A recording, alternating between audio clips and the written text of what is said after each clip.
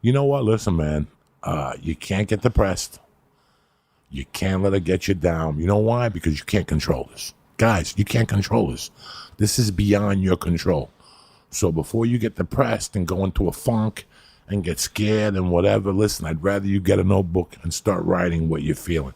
Because if you don't think I was going through this last week, the fear I had of going to New York, I cannot tell you. And it wasn't New York or the state or the people. It was being on those planes. What have I always said for years? You got to assume they don't do nothing. They don't clean. They don't care. These people do not care anymore. You know, I think this was a wake-up call for these people who are getting greedy and acting greedy. I mean, Jesus Christ, you're trying not to, you still want to have a fight, Dana White and England, you know, it just never ends. You got to think of people. You got to think of the guy behind you. You got to think of the guy in front of you. You got to think of the guy next to you. I know, how many toilet paper rolls do you need? That's pretty crazy. I went to Walgreens the other day, and I know the girl there. You know, I always go there. I went in there. She goes, "This is the first time I saw you buy something other than nicotine gum," because I bought like 10 notebooks. You know, I went to Walgreens and bought some stuff. And she goes, "You know, I've never seen people's behavior. It really teaches you what people are all about." Yeah. This is the time when you're more human. These are the times when you stop for people more, you know, check on people more. You know, it's going to cost you a couple dollars. It's going to cost me a couple dollars. It's going to cost everybody a couple dollars. I'm prepared. But I don't want none of my friends to go without either. You know, this is going to be a time. It's not a joke, but I don't want you to get down because you can't control this. You cannot control this. You cannot control this. This was way beyond your control. I know you wanted to get married April 4th. I know you wanted to have a big wedding, but it don't look like it because you got grandparents and you got parents and you got people you invited who are over the age of 50 and are susceptible to this. So you can't think about you. I don't care what you would think of. Oh, well, there was a lady yesterday on the news and they came from New Zealand. And she was like, well, you know, we came all the way here for an extended weekend. What a waste. Did the poor retarded kid you were with go to Disneyland 2 days? Yeah, then that's enough. That's enough. So the kid was complaining because he couldn't go to Disneyland yesterday and today.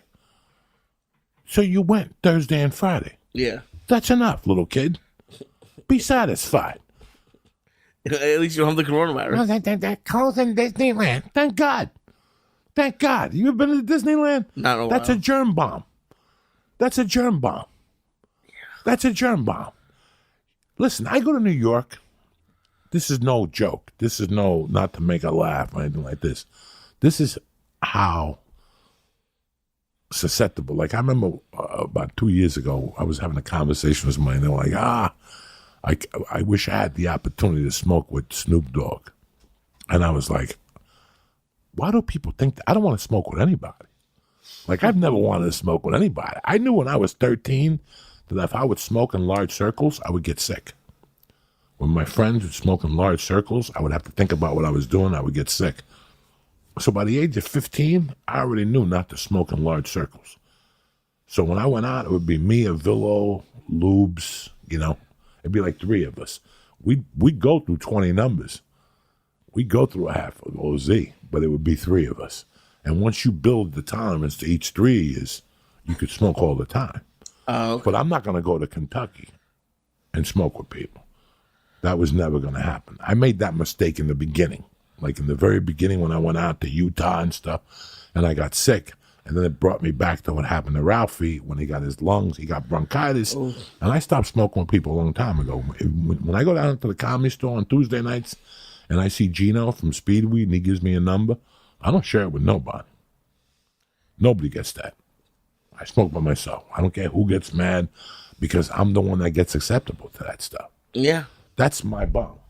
You know, that's my bong pretty much. It was mine and yours. You quit smoking. That's my bong. I cleaned that thing out. You got to see the bong in my house. It's spotless, tip-top magoo. I got to bring this one home and clean it the way I cleaned the one at the house because it has been a while since I cleaned it thorough. But now I'm more cautious than ever.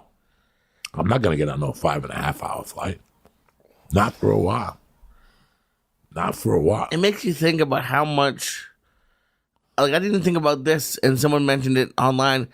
Like, when you're getting gas, I never once wiped that thing down. Oh, yeah. There's just so much Go that in my car. I got paper towels for that stuff. really. You just don't think about it. Filthy people.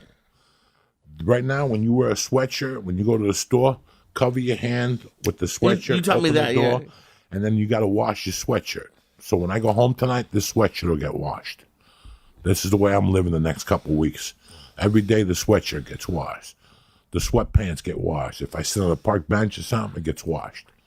You know, I've been going to the park over here and just to walk around, just to loosen up because that's it. You know, I wanted to reduce stress. So I just been walking around. But now everything gets washed every day. Everything. Every hooded sweatshirt, I change hooded sweatshirts every day. I throw them in the hamper until this is over. And this is going to be a crucial week, America and the world. What am I saying, America? This is going to be a crucial week. This week and next week are very crucial. I hope so. I mean, that guy, the Rogan podcast, said it was a couple months. Yeah. But these next 2 weeks are how we control everything. These next 2 weeks are how we're going to be able to stop this. You know, and I know the Laugh Factory is still open and the Ice House is still open. Good for them as far as I'm concerned. Like I told Joe Rogan, I'm starting from scratch. I'm done. Yeah.